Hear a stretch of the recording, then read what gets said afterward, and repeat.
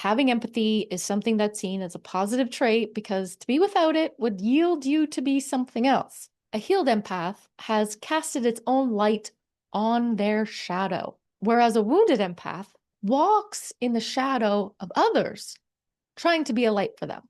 Empaths carry a lot of weight and have shadows that are not their own. An empath can even become physically ill from the collective unrest. They will get worn down from it.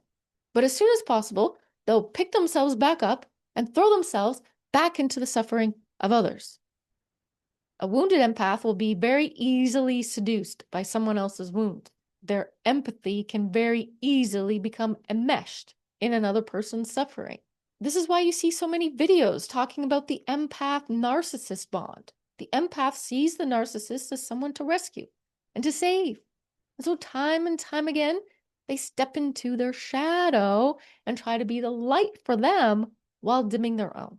There's this term that I first came across in the work of Carl Jung, enantiodramia, which means the tendency of things to change into their opposites. The healer becomes the harmed.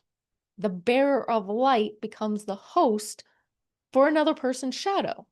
And the longer this persists, the more and more the empath loses the essence of who they truly are. Jung says that empathy is the light that invites shadow to the surface. And I've heard that healing takes place in the presence of an empathic witness. And that is the key. One must realize that they do not need to be anything else than a compassionate observer alongside someone else's suffering. But this then reveals the shadow of the empath. Because if you are using your empathy to feel important, special, or even holy by making yourself emotionally invested in the outcome of other people, you are not using your empathy in a healed way. You have confused compassion with codependency. You have decided to be the regulator of everyone's emotions. And don't think your value lies in your capacity to suffer alongside another's pain. This is the healer complex. Your value lies in your capacity to be compassionate alongside someone else's pain, but not to suffer with them. Unhealed empaths confuse connection with obligation. I was reminded in one of the comments on my last video that Mother Teresa was in a very dark night of the soul for like 50 years.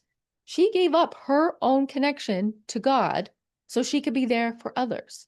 And as we know, Mother Teresa was very much a martyr and maybe was one of the wounded empaths. True empathy is not to take on someone else's pain, but to stand by it. Be a witness to it, but do not absorb it.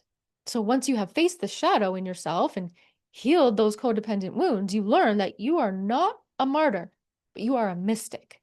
Jung says that empathy, when conscious, is holy. When unconscious, it's contamination. It's an energetic boundary collapse. Not all pain is seeking healing, but it's up to you to heal your own, and that's all. And this quote by Ram Dass sums this up so perfectly.